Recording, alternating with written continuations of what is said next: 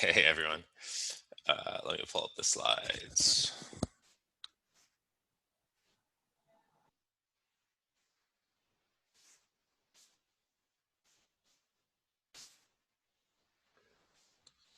Okay.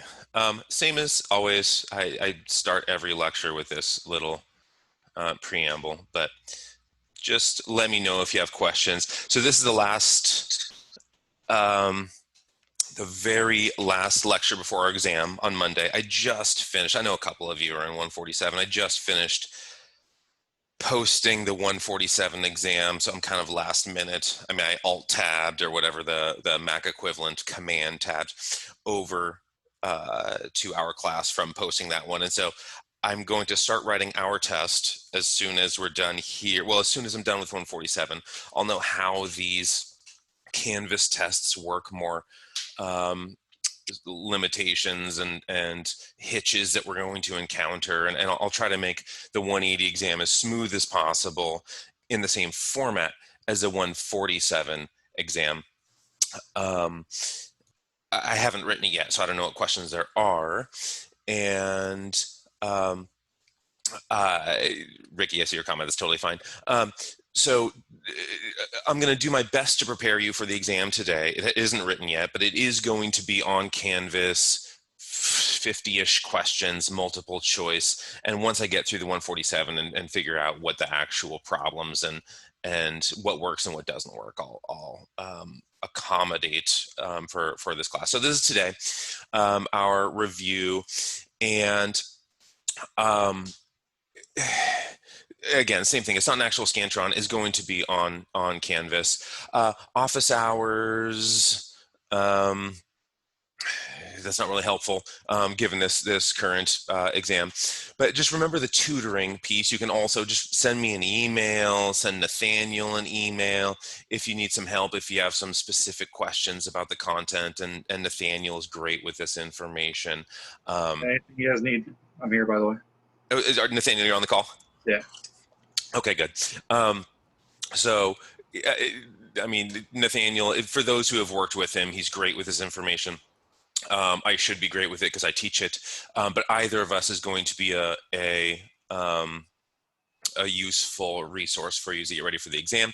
And then just remember, this is a Christopher Hitchens line. We talked about the very beginning of the semester that when you're at a Hitchens party, it would be weird now because he died like 9 years ago, but if you don't have a drink in your hand, it's your own fault.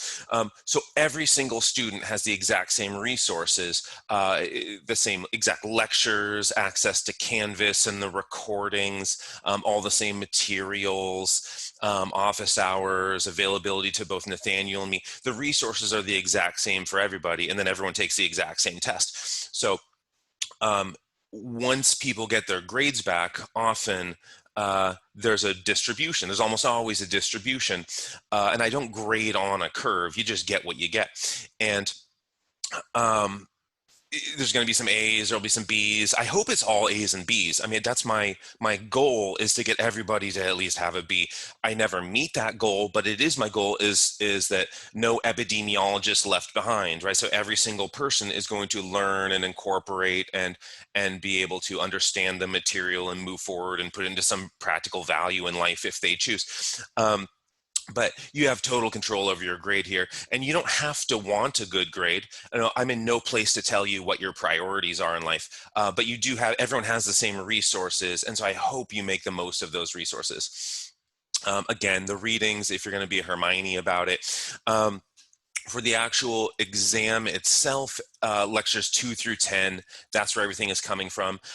There may be a couple of questions that I'll draw from chapter 6 of the book, but that would be extra credit. I don't even know if I can do that in Canvas, extra credit. There's no regular credit thing on the exam. The 50 questions, there will be no regular credit question that doesn't appear between lectures 2 and 10. And today's slideshow, it's like 180 slides or something. I'm clearly not going to make it all the way through, but uh, we'll make it as far as we can, and then I'll upload this today before the end of the day, and I will upload the PDF of the slideshow that is all 180 slides or whatever. So kind of everything from lectures 2 to 10 is replicated in sort of a good parts version for this, and that can be your review slides that you'll go through one at a time. Just make sure you know all of that content. At the end of last class, at the very end of, if this is what, 11 or something, so at the end of the 10th lecture, whatever it was on Wednesday, there's a really good question about, I've introduced this concept of epidemiology, its foundation, and then where we are today. And there's a lot of good uses and bad uses of epidemiology, and a question about how do we appraise this? How do we know what's good and what's bad? It seems like it's a little bit hazy. There's some cloudy judgments to be assigned to epidemiology, and it's true. And I could do better at explaining how I would rank valuable and invaluable. Just means valuable, that's a stupid word, but valuable and kind of almost harmful or disadvantageous uses of epidemiology. So from the beginning, right, we have Hippocrates, we're in the BC time over here, and this is just the fundamentals of epidemiology really are exposure outcome. We're exposed to stuff, and then stuff happens, and we're trying to make sense of the world around us from that perspective. Not cause and effect, but exposure and outcome. And from Hippocrates, we get endemic and epidemic, some of the statisticians' parlance that we have today, that vernacular that we've hung on to. But that's not epidemiology. I mean, this is like the humors and stuff. I mean, sort of insane theories back then. Smart people who didn't have access to real information, so they were sort of inventing as they went. In the middle, right, we have the John Grants of the world. That's who this is here. So this is most of his work in the second half of the 17th century, right? That's political arithmetic, real footing of modern statistics, looking at public health and demography. He was a demographer, right? So he's looking at population-based statistics, but it wasn't exposure outcome epidemiology stuff. John Snow, that's really the guy. The foundation. And so definitely know the John Snow story. Know the John Snow story in terms of the cholera stuff, 1854 cholera. He was writing about it before it happened. He continued to write about it after it happened. He died in 1858 with the world thinking he was an idiot. Turns out he was totally right about everything. And an entire branch of scientific inquiry was sort of founded, not really in his honor, but in his footsteps. So we have this whole course, and then after John Snow, we start to see stuff like this, in the 20th century, so 1900s, and especially the second half of the 20th century, and into the 21st century, we start to see a lot of stuff like this. So these are all sort of late 20th and into the early 21st century. We went through, all the different vitamins and nutritional and pharmacological studies, hormone replacement therapy, things like that, where epidemiology indicated this great value in things like vitamin E, and then they do a randomized controlled trial and say, nope. Again, for this study, it was 52 claims that turned out to be not replicated. Now, 5 of them turned out to exert an effect in the opposite direction, but over 52 in terms of replication. So here's where we start to have a problem. Early on, we think of epidemiology as this wonderful tool, right? This mighty weapon against ignorance. But where our aim is horrible, right? Our crosshairs are just lined up on the wrong stuff. And we just start, it's ready, fire, aim, right? It's like fire, ready, aim. So we just discharge and try to get things into publication before lining up our crosshairs perfectly. And so that brings us to the question that was asked at the end of last lecture, and we were both in a rush. He was headed off to lab. I had another class immediately afterward. And so I wasn't able to answer it sufficiently there. So I made some slides to try to answer the question. I think it's a really important one. But remember, these are my estimations of good versus bad and that hazy middle ground, that sort of foggy, cloudy, ethical employment. And so I would say the Walmart use of epidemiology is good. And I would rank this one, in the top tier of epidemiology because it's population based. It is not identifying an individual, right? It is taking enormous population data sets, huge data sets, and making population based inferences, population based conclusions. We're going to sell 50% more beer and 100% more Pop Tarts, and then 1,000% more beer immediately after, uh, and then marketing accordingly. And that's sort of how Walmart took over the world, is that kind of marketing approach, population-based statistics, population-based employment of those statistics. Wonderful. Let's put beer, Pop-Tarts, and flashlights up front when there's a hurricane coming. It works. Nobody's harmed. Nobody's isolated. Very few downsides, other than your pedometer doesn't get as many steps walking up and down the aisle looking for what you're there for. So I would say Walmart's use, good. Target's use, yes, it's good from Target's perspective. Now, if you remember the story, people start buying. It's at specific points in a pregnancy. You're a month pregnant. You're 2 months pregnant. You've recently read a plus sign. A week ago, a month ago, 2 months ago, you read a plus sign. Your purchases change, and instead of getting coconut, whatever, like chocolate lotion. Now I smell like strawberry. It's like unscented lotions and these sort of safe vitamins, there are dozens of purchases, but they narrowed it down to these very specific purchases to create this algorithm to predict, okay, this lady's pregnant, let's start sending to her location, if she's using a credit card or a loyalty card or whatever, to her address, coupons for pregnancy related stuff, and then cribs and baby clothes to follow. Now, it's wonderful for marketing, but we're isolating individuals. That's why I say it's potentially bad, right? There's good, there's a marketing piece. Walmart didn't market to individuals. Walmart was just putting what they thought the population would buy out front. Target, in this particular case, that was Walmart in that particular case. I'm not saying go Walmart. Target is terrible. They both do all of these things. These are just examples. So bad because they're not going to get it right all the time. And there's potential consequences. Now, how bad are those consequences? I don't know. Not that bad. An angry dad or something, but maybe that opens up dialogue between, father and daughter or something. But good and bad because they're targeting an individual, and they're going to miss a great deal of the time, because epidemiology isn't about individuals, it's about populations. It's really good. I mean, almost flawless. It is really good for making predictions about population behavior. It is not very good about predicting individuals. Back to this O for 52, I would say this is neutral, because this is information that's useful to know. Now, that ready, fire, aim cliche, this is the bad part of it, where I wouldn't say it's just outright good. It's good to know these things. When you're wrong so much of the time, that's bad.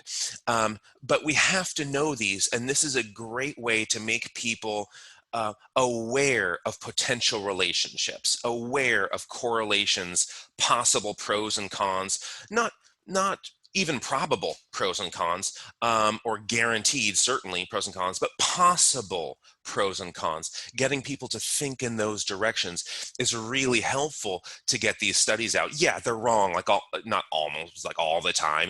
This is a slightly misleading study because it cherry picks a lot of claims, but the bulk of the time, epidemiology ends up being wrong at first, but it gets people thinking in a direction. And without epidemiological ideas, you do not get the randomized controlled trials to follow. You do not get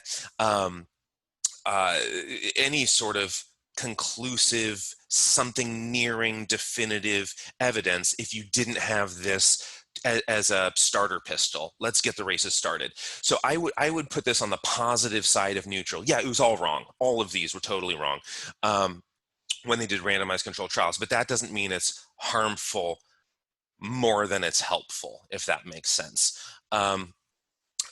Ornetzioni, I would say his stuff is all wonderful. It's good. It's informing consumers, putting things accessible, information, making it more accessible to consumers. And so remember, he did like Faircast, decide.com. If you type in decide.com today, just go up to the address bar on your computer, alt tab over to whatever Google, whatever search engine you're using, and then go to the address bar and type in decide.com. It goes to eBay, and decide.com is not available, right? They bought it out and to shut it down to keep consumers in the dark. I would say that's bad, right? Keeping people in the dark, maintaining a language of exclusion.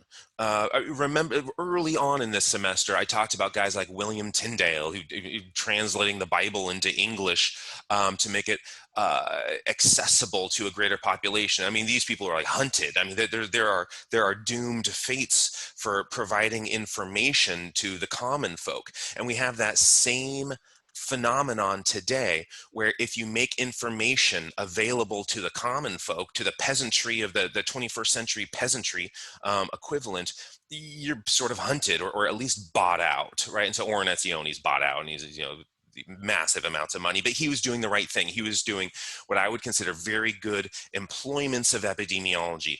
Let's take large data sets and describe them in such a way that it's for a population. Now, he didn't say your plane ticket is going to be cheaper. He was talking about populations. Now, people will take that out of context and say, how dare you, I waited and the price went up. Like, well, that's what happens on an individual level. On a population level, we save. And Ornetzioni is way smarter than I'll ever be. That guy knew that. He wasn't making that irrational leap from population to individual. The consumer might, but he didn't. And I think his work was wonderful. Employments of epidemiology. Mostly good, I would say. Google's use of the flu trends, like Google flu trends, because they usually get it right, and it is usually very helpful information, right? So especially this one, when you look at these correlations of 0.97, that is so near perfect. I mean, that is a correlation of 1, and it's flawless. There are no holes, right? That can hold water forever, and like no oxygen gets in and gets out. I mean, that is a sealed up, perfect model if it has a correlation of 1. Correlation of 0.97 is outrageous. Now, they don't always get that, right? They don't always get 0.97. Sometimes they fail, and I'll talk about that later in this slideshow. And so now if you go to the flu trends page of Google, thanks for stopping by, right? Google flu trends data, and then they have like some of this stuff. You can see the data, but it is no longer publishing.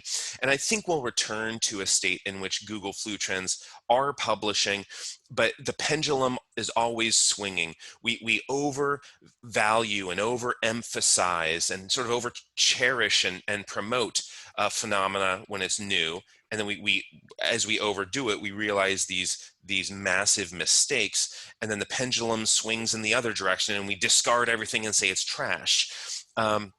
Now, I've deliberately swung the pendulum for this class to say epidemiology is horrible, right? With all the vitamin A, vitamin E, hormone replacement therapy, all this stuff. Epidemiology is horrible. And then I swung the pendulum the other way and said, look at Ornetzioni and Walmart, and look at all these wonderful uses of it, not to mention how do we know anything about cigarettes and sun exposure and potential risks? All epidemiology, it's wonderful. I have deliberately hit both extremes of the pendulum. A rational person lies in between.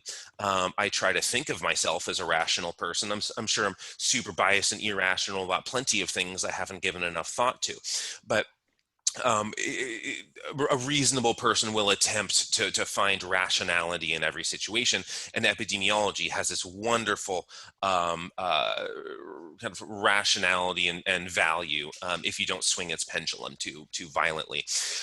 Now, these GWAS studies, right? Look at every allele in your body and figure out at the population-based level what that connects to, and so here we have one particular allele that is associating with schizophrenia. Okay, so we can do risk stratification. Let's look at somebody's genes and we can come up with some baseline risk. Now, people will try to do this for talent ID programs.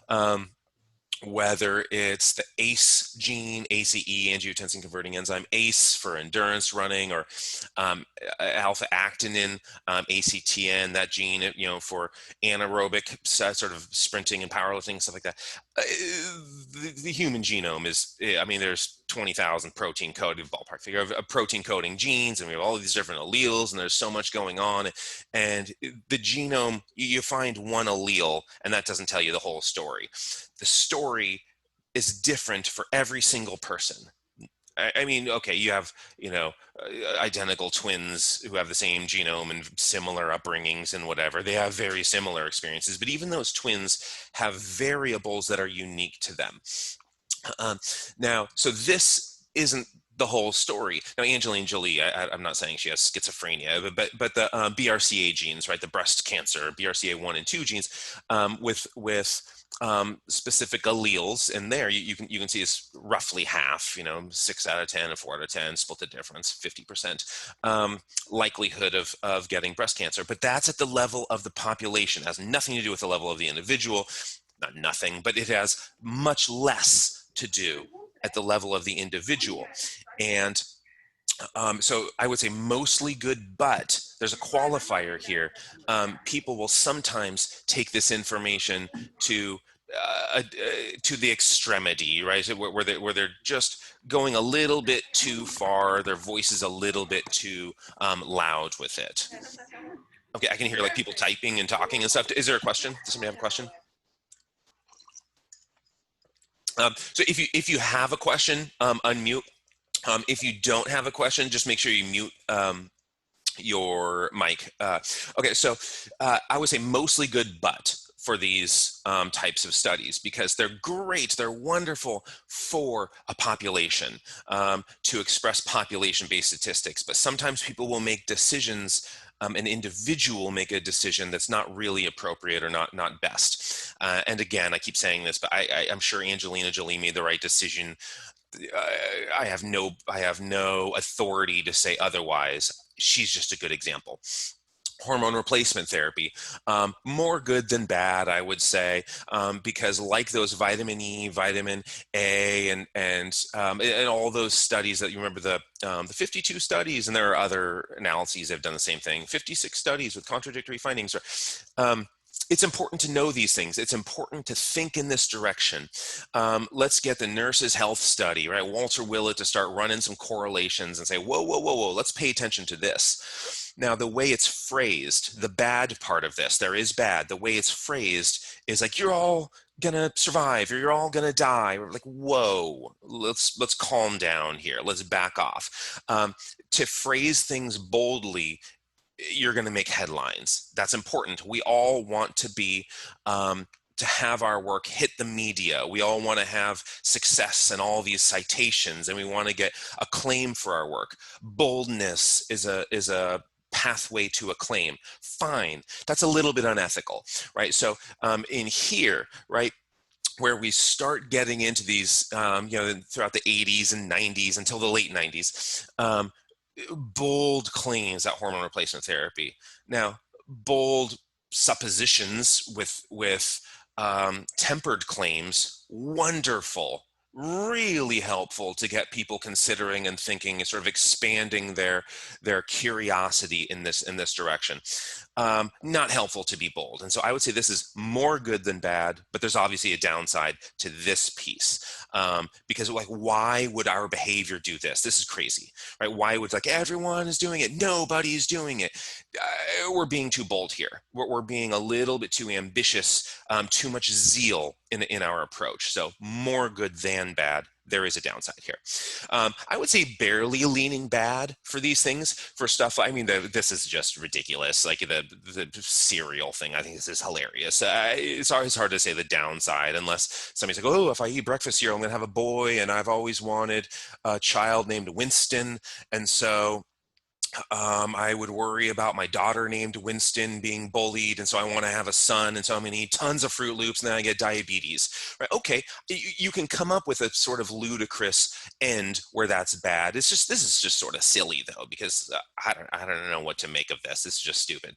Um, but your teas and your coffees and parts of people's normal daily behavior, whether it's I like to stretch, I like to run, I like to, you find studies on running that say running is bad. You can find studies on anything that say that thing is bad.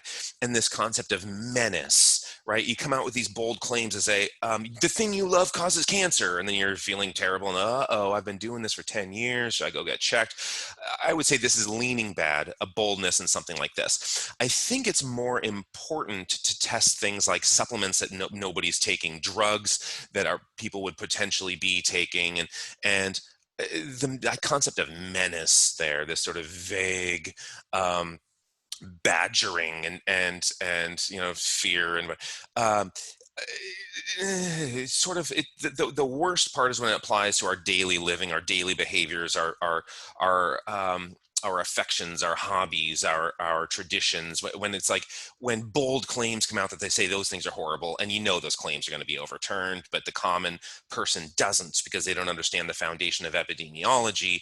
I would say this is leaning bad. It's not bad. It's just leaning bad. There's more cons than pros for these types of. And again, this is my opinion on this stuff. You can have your own opinion of what's good and what's bad. I'm just trying to illustrate where the value and harm of epidemiology. I would say this is on the positive side of neutral. I made fun of it a lot.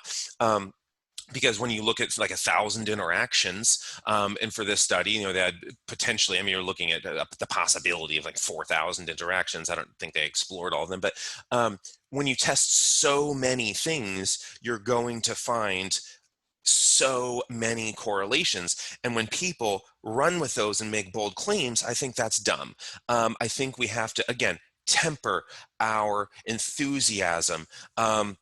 We have to curb some of our zeal in how we're publishing these things. And so I think that's what's bad about this. They didn't come out and say, why don't future researchers start looking at relationships like this to test whether this is real or if this is spurious based on, we looked at 1,000 things and we happen to see these. I think it's helpful to publish spurious correlations, right? Because again, it broadens people's thinking. It broadens their understanding of what might be at play, what might be at stake, what might be useful or harmful. But might is so critical there.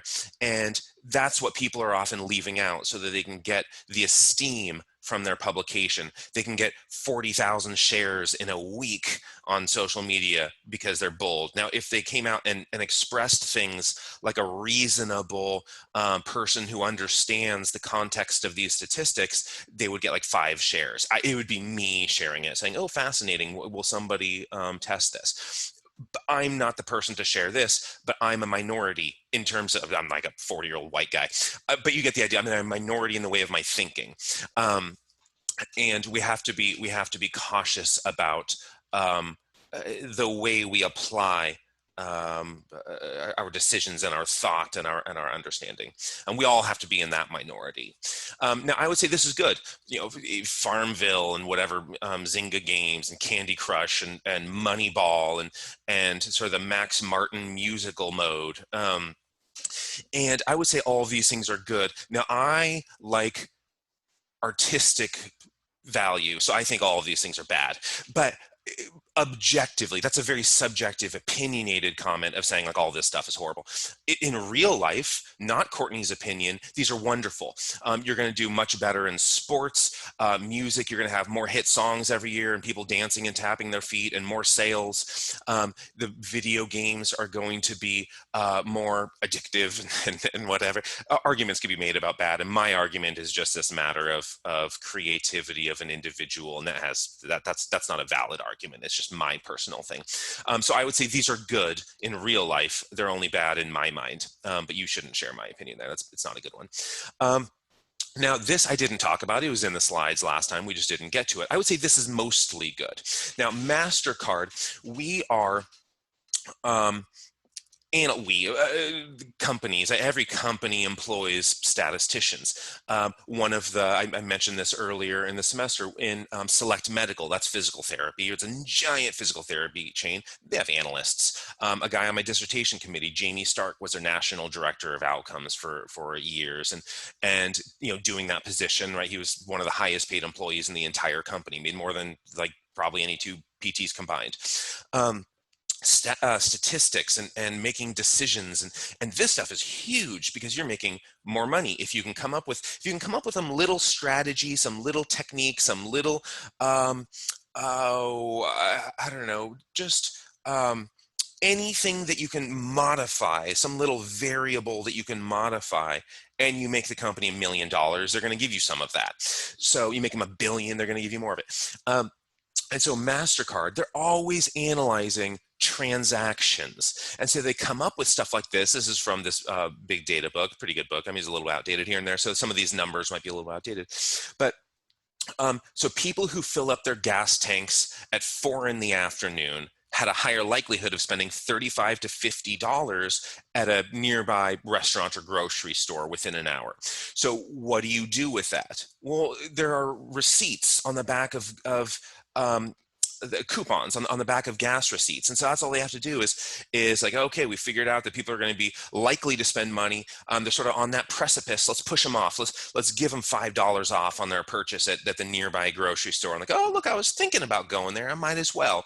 And so this is, I would say, more Walmart-y, right? They're not sending coupons to people's houses and revealing personal information that we think you're pregnant. This is just like everybody is getting this. Everybody who's at this gas station is getting these receipts. It's like Walmart. Now, what I would say mostly good, okay, maybe you're separating people from money they shouldn't be spending, right? You're sort of fleecing people a little bit with marketing decisions and figuring out exactly how much money you can extract from people so they go into more debt and use that MasterCard more and more and owe more and more and eventually lose their house and turn to gambling and then go bankrupt and kill themselves. Yeah, we can obviously go down this slippery slope.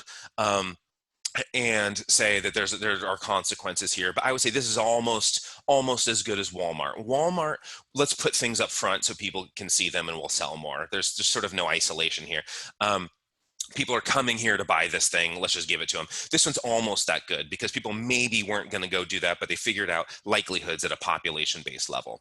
Now, I would say things like Fitbits, right? I have one on. These are mostly good, but the laws kind of tracking they're enforcing limitations in what Fitbit can do with data. These were written before the ideas came out about HIPAA.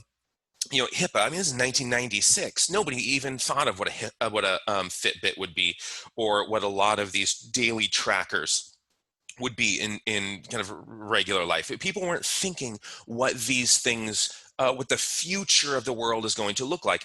And so there are loopholes that things like Fitbit can exploit. You go to bed at 8 and then, you're sort of have this low heart rate. And then suddenly between 90 seconds and 90 minutes, you have this elevated heart rate and then it's low again. Like nobody has any question of what that is. And Fitbit is calculating that, right? So they sort of have your, whether it's your exercise or sexual or sleeping, whatever it is that you're doing, Fitbit's sort of figuring it out, and they can have that information. Now, I don't care what information people have on me, and so I think it's mostly good. But people are sensitive with the information they have, and these companies sort of get to collect a lot more about you than you think. Again, I would say mostly good with social networking and YouTube and Zillow, and that anyone can look at the value of your house, that using big data to come up with the value of where you live. If you like own your house or whatever, anyone can just go on Zillow and see the value of it and the history and the tax, how much tax money you pay on that house. I mean, you can find all of these things. So there's potential privacy here. Mostly good with some some qualifications of privacy. And I would say the same thing about Facebook and YouTube. Let's put advertisements where the cursor goes. So if there's tracking happening here, what you would see in the future is there would be advertisements replacing where YouTube and Facebook icons are, because the cursor keeps going to those, and figuring out how much time you spend somewhere. And so this is making your digital navigation more useful, more efficient in terms of time. You don't have to search for things, but it's really for marketing. It's separating people from money. I would say this is mostly good. This is Jeff Bezos, who sort of recently lost half of his fortune in a divorce, and then regained pretty much like every dollar. I haven't really tracked any of the finances. It's just you see headlines about it.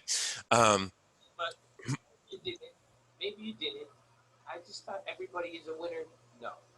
Okay, I can't hear you. Speak up. Unfortunately, I wish it was true. I wish it was true. Okay, I still, maybe my volume is just down. Okay, I think my volume is down. What will you ask again?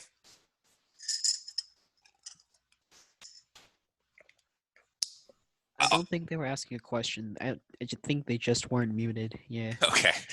All right, thanks.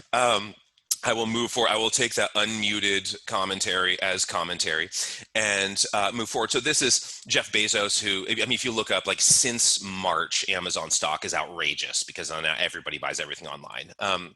Half of my income goes to Amazon. So, but there was a time when you go to Amazon, right? And I mean, this is like in the 90s, around 1998 or so, this changed. Late 90s, this started to change. This guy, Greg Linden, figured out what to do. But in the early 90s, you go, or mid 90s, you go use, even late 90s, you go use Amazon, and whatever you purchase, the next thing is just their recommendation is like exactly what you just purchased. So you bought a travel book to Beijing, let's say. Okay, I'm going to do a vacation to Beijing. Here's my, I bought a travel book. All of the recommendations are travel books to Shanghai, or like more travel books to Beijing. Or same thing, like you buy a travel book to Tokyo, and then for the next 3 months, every recommendation is a travel book to Kyoto. And so, and then they also had they would hire people to write recommendations. And Amazon was not taking over the world. Jeff Bezos was not particularly rich. He's like working out of his garage, and maybe he has more money than I do, but it's not, he's not like standard deviations beyond me. And then, again, this guy, Greg Linden, figured out, and his team figured out algorithms. Like, we just have to figure out what people buy. If they buy that travel log, maybe the next thing they buy is a leaf blower. And then they figure out these algorithms to do this predictive purchasing, and that's how Amazon took over the world. And then so I'll go on and I'll buy a book, and then the next thing it's recommending is I need like syrup and a microwave, and did you consider better storage boxes or something? Oh yeah, I do want those things.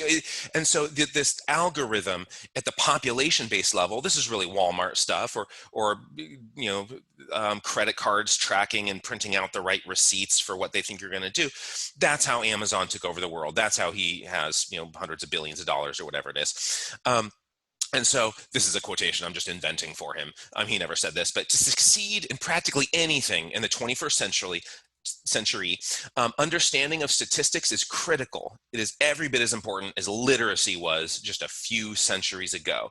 And I would say that's true. This is whatever my quotation that I'm putting in his mouth, but look at his success, look at Walmart's success, look at Target's success, look at every single company that is succeeding today, every single sports team that is succeeding today, whether it is music and movies and video games, every industry that is succeeding today is using statistics, big data, epidemiological modes, right? Those types of analyses, epidemiological analytic models, to succeed. Nobody is just using hunches and whims and thinking with their gut. If they are bad at their job, bad at coaching or marketing or whatever it is. We need to know statistics to succeed. Even statisticians, clinicians, even clinicians need to understand statistics. They need to be statisticians to a degree. Otherwise, they are susceptible to treating with 1985 modes, right? These treatment modalities that, like, it's the same thing of a baseball coach who says the same thing that their baseball coach said. If that's how you're doing physical therapy or occupational therapy or dentistry or whatever somebody goes into, you're bad at your profession, right? You shouldn't be doing it. You're a liability. So you have to understand statistics. You have to understand research, and especially epidemiology and a little bit of randomized controlled trials, and how to read them and interpret them. Whether you're contributing, you have to be able to interpret and understand modern findings so you can be contemporary and effective. Okay, so get mostly bad, right? The movie is fine. Okay, Tom Cruise, Minority Report came out in like 2002 or so, give or take a year. Now, movie totally fine, right? It's based on this Philip K. Dick novel. He was a fine, it was like a short story. He was a fine novelist, Philip K. Dick, but he died in the 80s. Right now, in the 80s, this was before, he was like in his 50s, it was 1982-ish, and this is before the advent of statistics and big data making all decisions. This is back when people were just being creative and having hunches. And so he had this idea where he's like, if you've seen the movie Minority Report, it's just like these like hairless ladies. There's like three ladies who are creepy looking and covered in goo, and they're making predictions about pre-crime, right? This person is going to go commit crime, go arrest them, throw them in prison, even though they haven't done anything. They're gonna do it, right? So that is what I would say bad if you're using statistics to do that, because you start talking about individuals. And can you predict crime with some confidence at the population-based level? Yes, demonstrated very effectively. You can do this. You can, just like Google is tracking flu. They get it wrong sometimes, and on the level of the individual, they get it wrong a lot of the time. But they can, with great correlations, track the flu and the spread and where it's going and make these claims that come true. And they can just seem like, Nostradamus actually wasn't that good. They can seem like this, like a fictional oracle, right? Watch the movie Matrix or something, and that lady in the kitchen, where there's some sort of predictive prowess that statistics has, and that's true, right? And we are doing that to some degree, right? Parole boards are doing that to say, are we going to release this person or keep them locked up? Now we're talking about individuals. I would say this is mostly bad. At the level of the population, yeah, you can do that pretty well. You can't do it with individuals very effectively. You get it wrong, and then it becomes a problem when you get it wrong, because now it's like, why not just sentence somebody to prison for a crime they didn't commit? You're not releasing somebody for prison for a crime or a likelihood that doesn't really apply to them. Think Angelina Jolie and BRCA genes. Now that was an elective procedure. She got to decide that. Prisoners aren't deciding this. People being hassled by police are not deciding to be hassled or not be hassled, but you can do that. Let's say it is like St. Paddy's Day and there's like an Irish neighborhood and you think there's going to be a lot of like beer fights or something. That's cultural or racist of a kind. Let's say that's what we're talking about. That's bad, right? For the cops to say, you're going to be in a fight. And the person to say, I'm a businessman who has 3 kids and I pull my blinds closed because I don't want to see whatever's happening. And so we see this again and again and again in sort of contemporary media, right? Sort of modern media, and police have gotten a really bad name. Now, this isn't a sociology class. Don't think I'm making any sort of claims or taking any sort of position here. Courtney is pro or anti this or that. I'm not doing that at all. What I'm saying is epidemiology can be used at a population-based level, and using it at an individual-based level should not be done. But we see the population-based level. This is a really bright UPenn, University of Pennsylvania, Ivy League school, one of the better Ivies, if you ask me. And this guy is making predictions of when somebody is released on parole, what are the consequences of doing that? 75% accuracy, right? 75% is not 100%. If it's 100% accuracy, if he's a pre-crime division in Minority Report, sure, fine. Let's rely on that a little bit more. But if you're missing sometimes, you do not sentence people on crimes they don't commit. Not fair, not ethical. And this you can, say, oh, Courtney takes a side on. That's my side on this. Now, it depends how you use this information. If you use it at a population-based level and say, okay, we just need to be a little bit cautious at a population-based level. If you're isolating individuals, I do think that's bad, and I don't see how it would be good.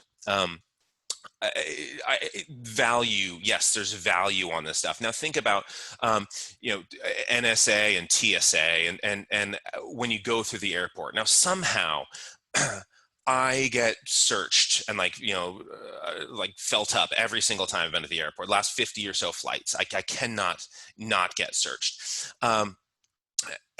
And so there's something that happened with me at some point in time. It must have been, or because that's not really random. If you do a p-value, that's not random. But you have to do something close to random here, right? If it becomes religious, racist, sexist, something, population-based statistics miss a lot of the time. Now there are arguments. I'm not saying I agree with the arguments, but there are coherent, very cogent, persuasive arguments that particular if you listen to maybe like Sam Harris talk about this, really cogent. And he says, we should be using predictive, this isn't me saying it, this is Sam Harris saying it. We should be using predictive models because otherwise we wait in line for 10 hours while we search a 5-year-old boy wearing a Mickey Mouse shirt because it has to be random. That's very persuasive, right? You're testing people who we know it's not this person, but it's random, and so there are persuasive arguments. But let's go back to you cannot convict people for things they didn't do, right? You cannot hassle and convict. It depends how big the hassle is. And so we just have to be cautious. Now, I'm not saying you need to agree with me here. You can be 100% Sam Harris. And I agree with Sam Harris on almost everything he's ever said. But you can be 100% on that side. You could be 100% opposed to Sam Harris. And as long as you justify your point and you are peaceful and use data appropriately to do so, I'm willing to listen to your argument.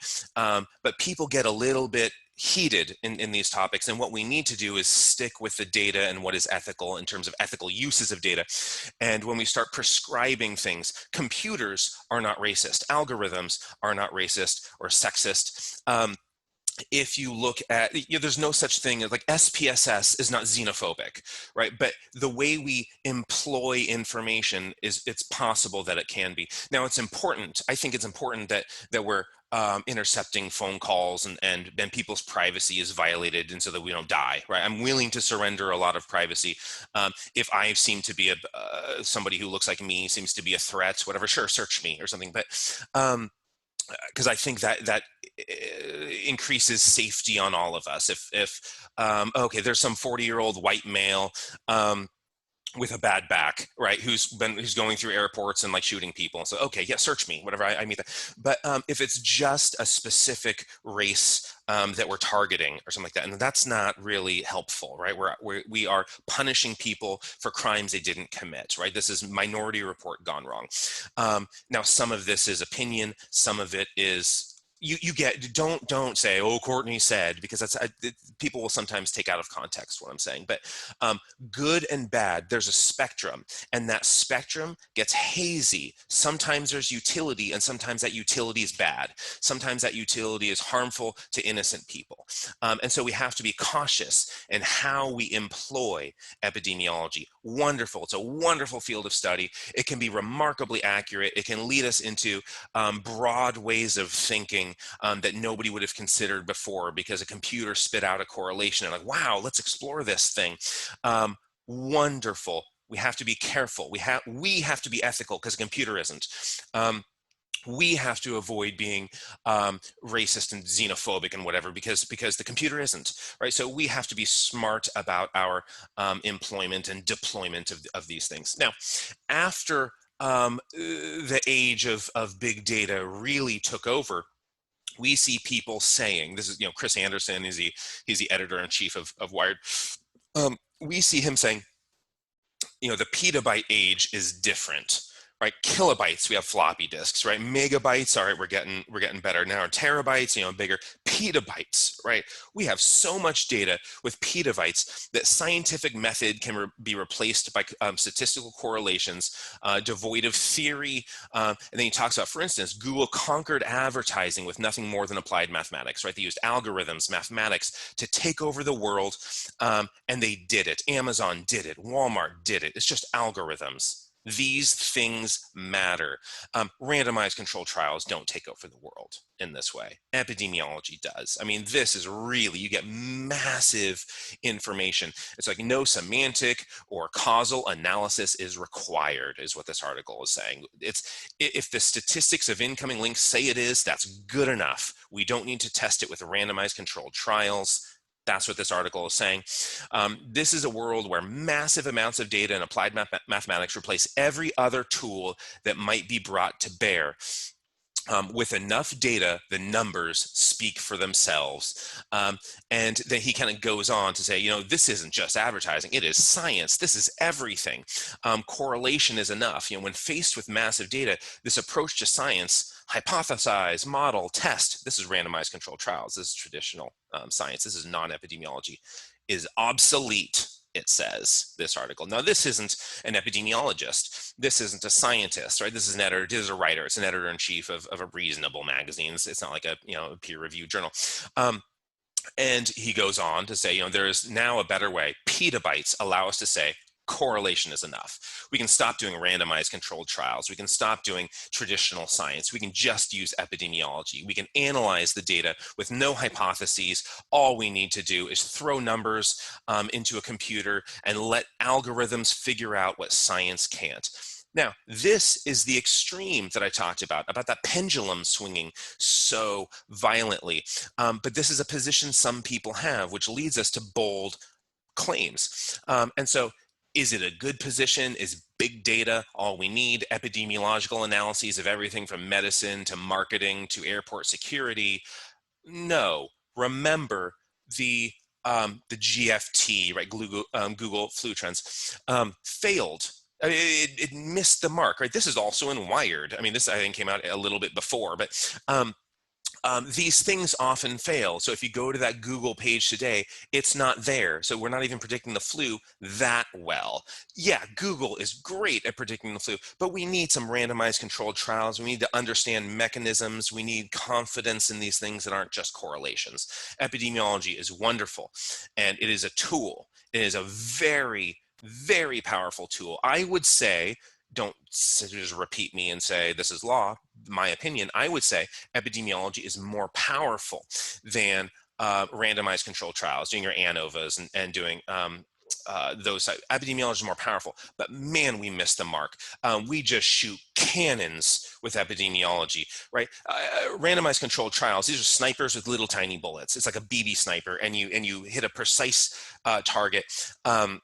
And that sniper rifle is super expensive, and those cannons are easy to deploy. I mean, it's just sort of like Civil War cannons. That's epidemiology. They go ripping through houses and boats and people and what, and they miss their target a great deal of time. But man, the epidemiology is powerful. So we have a hot dog that is telling us you can only study what you can measure. You can't study things you can't measure.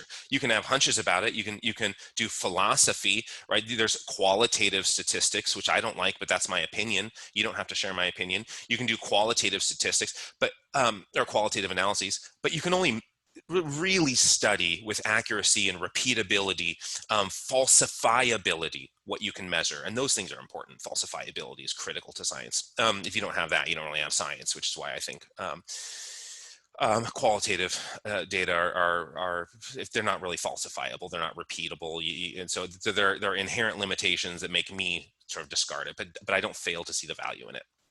Um, I see the value in novels, right? I read novels all the time, and I see enormous value in the way we think about things. And same thing with qualitative data. The way we think about things, I think, is critical.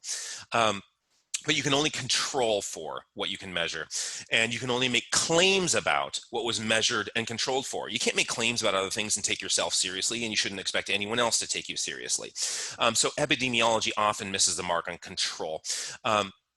So we know that high blood pressure associates with an increase in cardiovascular disease. What causes the high blood pressure? What causes that relationship between the two things?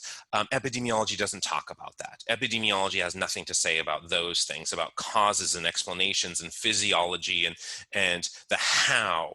Epidemiology just says, it is like we see a correlation. That's what epidemiology says. It's a canon. It matters, but it's not precise. It is not a marksman. It is not a sniper. So we know obesity associates with lots of diseases. Obesity associates with diabetes and cancer and there's all sorts of like real, not like a little bit overweight and you seem to fare better in a lot of domains. But obesity associates with a lot of problems. And how does obesity cause these things? Epidemiology has no way of saying that. Epidemiology is incapable of having that conversation. And so we do not have satisfactory answers in epidemiology for some of the most pressing, precise questions. For big questions, big picture stuff, epidemiology is wonderful. It allows us to think. We have to be ethical about it. We have to be humble about all of this stuff. Humility is one of our best traits. Now, earlier I say, scrutiny, skepticism, doubt among our best resources, but among our best traits is humility. And you'll find people who have not accomplished much in life to be the least humble there are. They don't admit bias. They don't admit possible fault. They don't admit error. They don't admit limitation. They announce themselves. Okay, think like it's the Donald Trumps of the world. Does anybody think Donald Trump knows anything about the environment? No, he's a buffoon, right? He's probably a great business. He knows way more about business than I do. I'm sure he does because I don't do it. I know so little about it. I know I'm an idiot with anything related to business. I did actually teach economics at a community college, but I'm the worst person in the world to have done that. Shame on the school for hiring me to do that. I'm just a child is better than I am. But when somebody says like, I'm an authority, a great test of intelligence, one of the best tests of intelligence there are, is knowing, I'm paraphrasing something Malcolm Gladwell once said. Malcolm Gladwell is one of the great writers of our age, journalist writer of our age, and most of you have heard of him without knowing it. He wrote books like Blink and Tipping Point and Outliers, and that 10,000 hour rule he popularized in the wrong direction. Erickson, the guy who came up with this originally, is pissed. He must hate Malcolm Gladwell for messing up his findings. But Malcolm Gladwell said, one of the best tests of intelligence is how long it takes before you understand the person you're talking to is way smarter than you. I'm paraphrasing. I'm taking a little bit out of context. But if I go talk to a physicist and I think I know what the hell I'm saying because I know a little bit about biomechanics, I'm an idiot, right? That just tells me how little I know about biomechanics.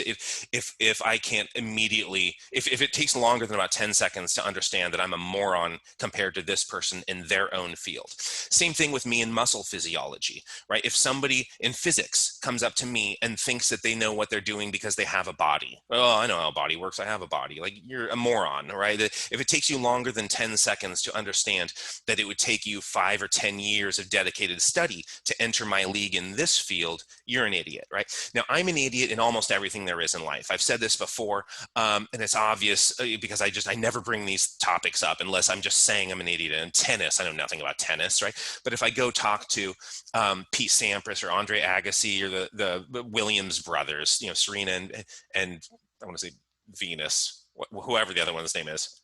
I think it is Venus. Who cares?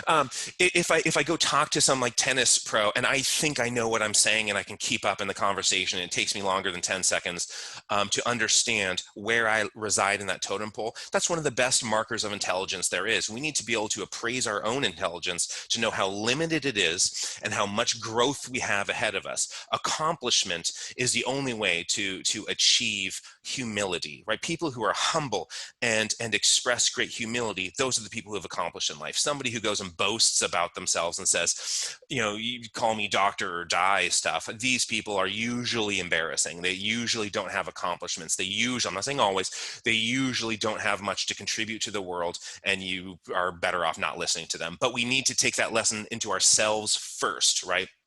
um, it's you know, recognize the you know, log in your own eye before the splinter in someone else's, whatever that biblical passage. It's valuable, that where we need to be able to be humble about our content. And epidemiologists classically, we haven't been humble about it.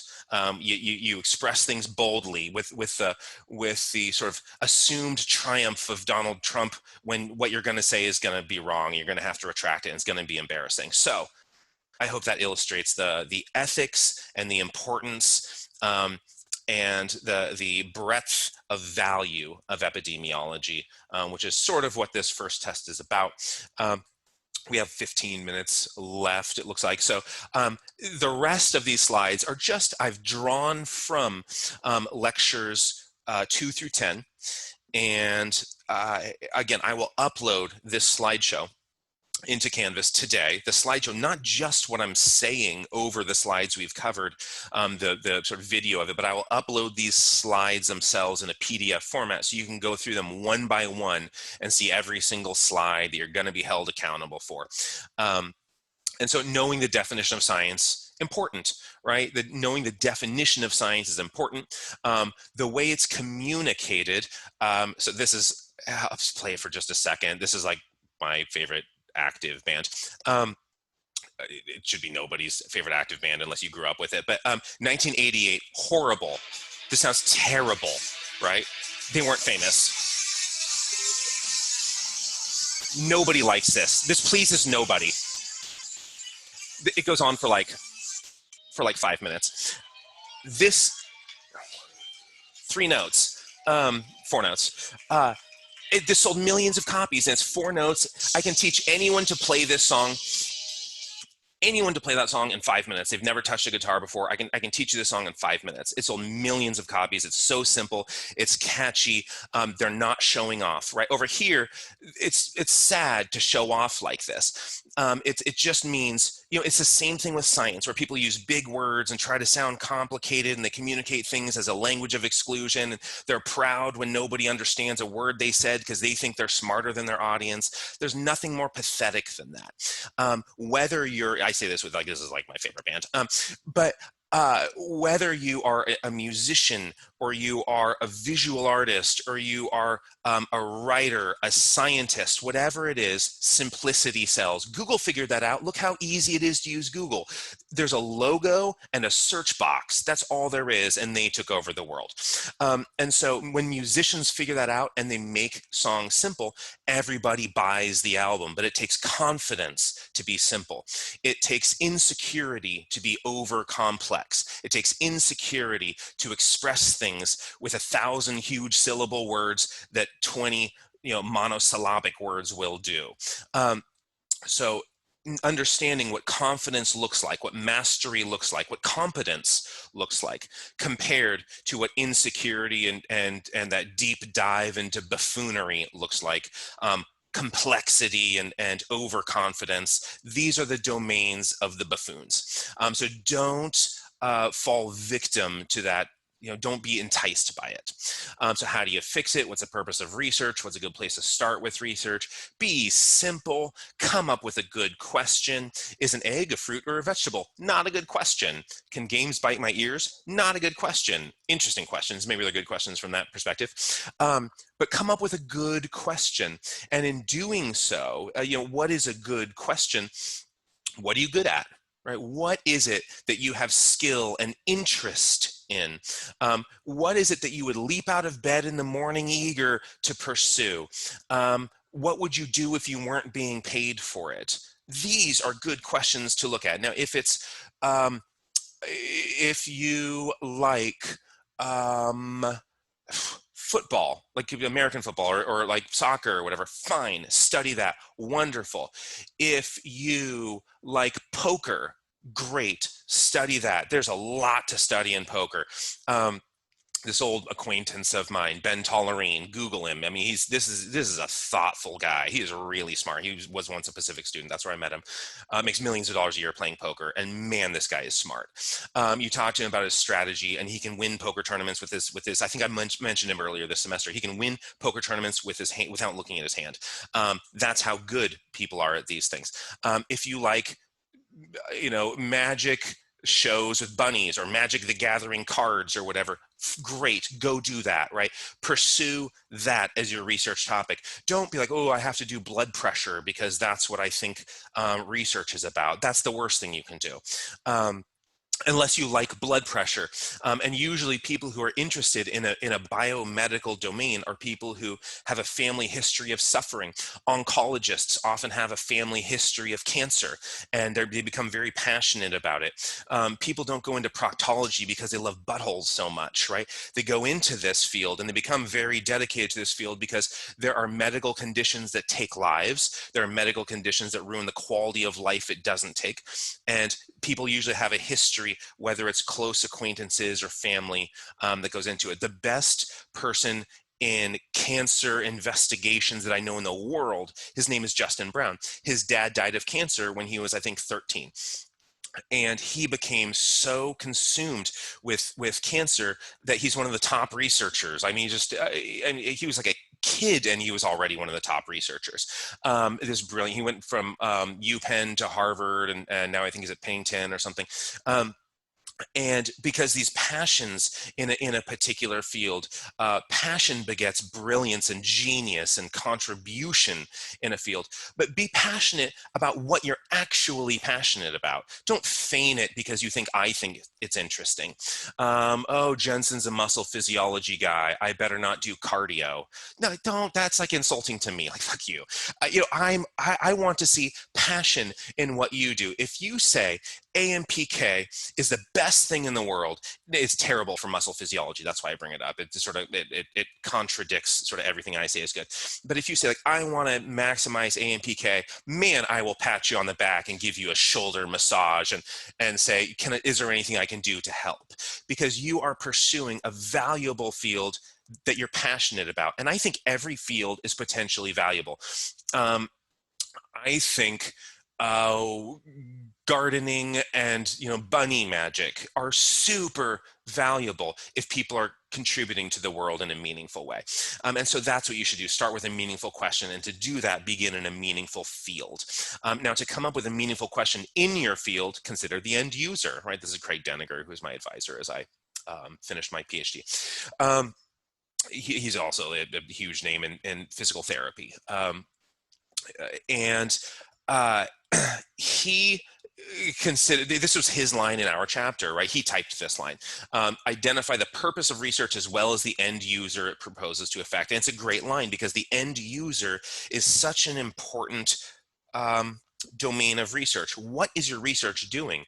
It is affecting decisions somehow. It's affecting behavior. It is affecting some measurable outcome, some measurable dependent variable. That's what your study should be doing.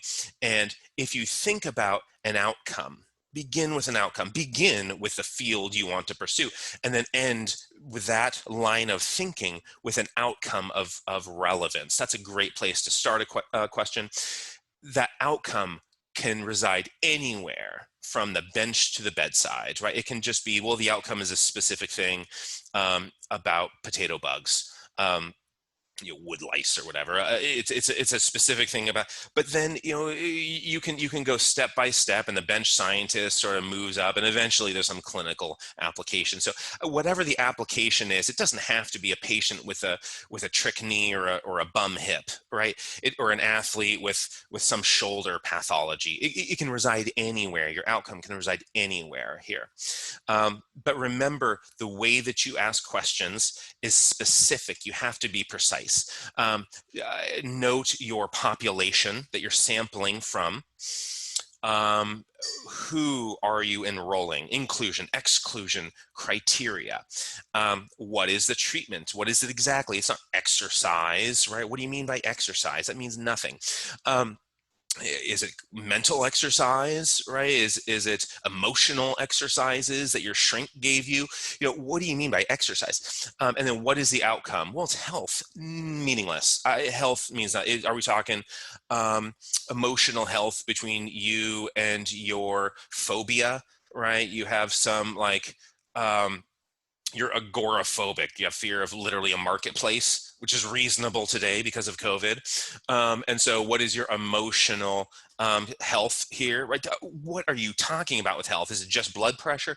And so be very specific.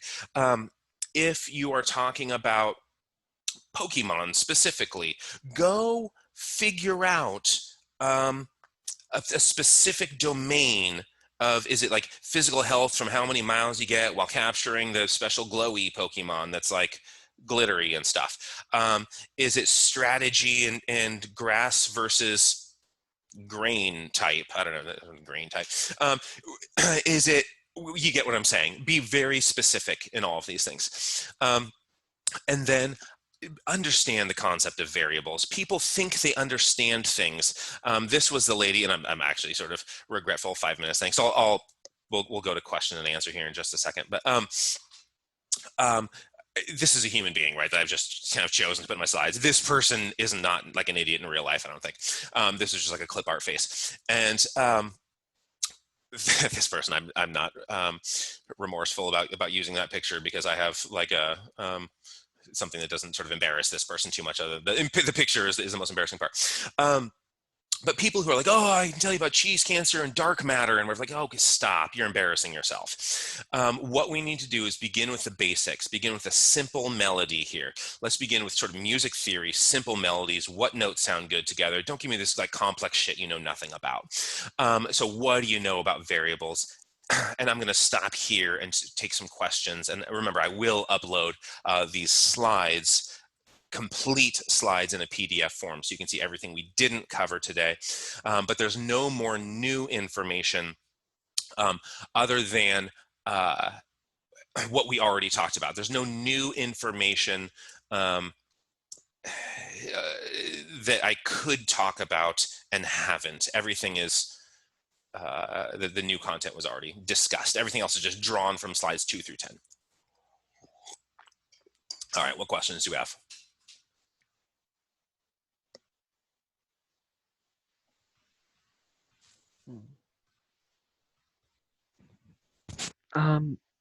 Just to make sure. So just everything that was in the slides is going to be on the test, right? That's my selection pool. Yeah, so I'm not going to be able to put in 100% of everything I said, but it is eligible to be on the test. So you should try to know the breadth of material from lectures 2 through 10, and everything that, as I make the slideshow, I'm going to pull up this exact these exact slides, this review lecture that I'm gonna post, and I'm going to come up with all the questions, and they will appear in these slides. Now, there may be an additional information about them that I said, let's say it's lecture 5 or 6 or 7 or something, where the original presentation of that material was. That there may be a degree of detail you would want to know from lectures 5, 6, 7 that isn't represented fully in this particular slideshow. This is sort of flag posts, right? These are here. This is information you need to know about.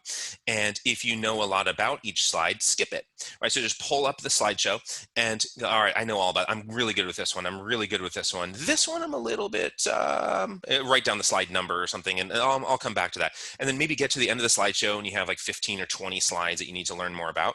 I would go back to those slideshows, 5, 6, 8, whatever it is, and listen to those particular slides of what I'm saying. I think that would be the best way to study.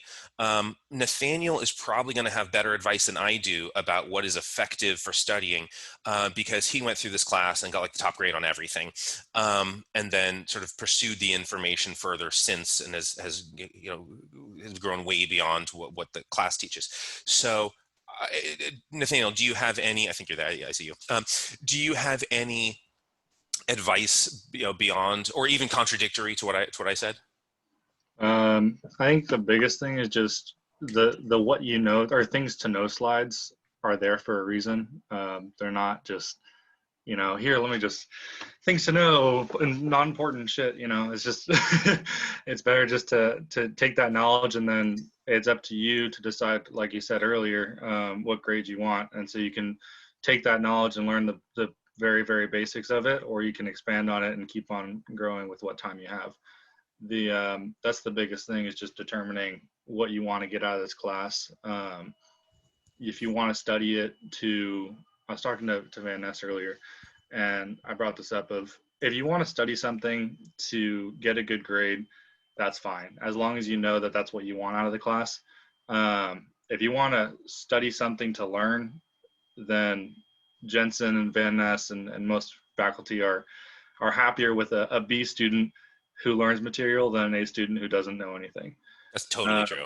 Yeah. So just pick what you want. We're not going to tell you what to do. We're not going to sit there and say, oh, you want to learn. If you want to get an A on the test and move on, that's fine. But if you want to learn, just realize that takes work and takes effort. But yeah, utilize the things to know.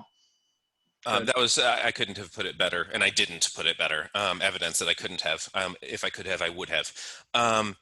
But take all of that information to heart. Wanting to learn in life is really what propels you to a bright future. And so it's pretty easy to tell with variation, levels of success that people will achieve, and the genuine learners who learn for the sake of understanding and making their brain so huge that it hurts inside of their skull. It's pressed up against their skulls. And but they get what Nathaniel said. They get a B, but man, are they smart, and can they employ this information? Can they take it with them in life, and can they recall things that help them make better decisions in their careers and in their lives? Those students go on to great success, massive accomplishments with a 3.0 GPA, enormous accomplishment, compared to people with 4.0 GPAs who were there for the test. Now, it's up to you. Do not let me convince you of what is right and wrong in your life, or persuade you to pursue some sort of path. I just say these things, and Nathaniel says these things for tools, for sentences that you can hear, hopefully be receptive to, and put into circulation if you want to. Okay, I have to get to another class. But send me emails, send Nathaniel emails if you have questions about things. I'll get this posted today, certainly before the end of the day, maybe by 5 o'clock or something, along with the PDF of the entire slideshow. Lab 1's uploaded, if you guys want to get going that right after the test. I uploaded a screen recording of me walking through it onto the lab folder. So use that. The biggest thing is just trying to avoid the examples that we gave you in the instructions, and trying to find something of your own. I mean, we're giving you all the tools to tell you how to do it. I just don't want to read or look at 40 of the same exact thing every time. I want you guys to have some understanding of it and realize what you're doing, so that it's easier for me to say, yeah, they know what they're doing, rather than, wow, they can copy instruction. That's nice. So appreciate it. Thanks, Nathaniel. Mm-hmm. All right, I'm going to go get to my 147 exam. Those of you who have the 147 exam, good luck now. And everyone else, good luck on your exam on Monday. All right, goodbye. Thank you. Thanks.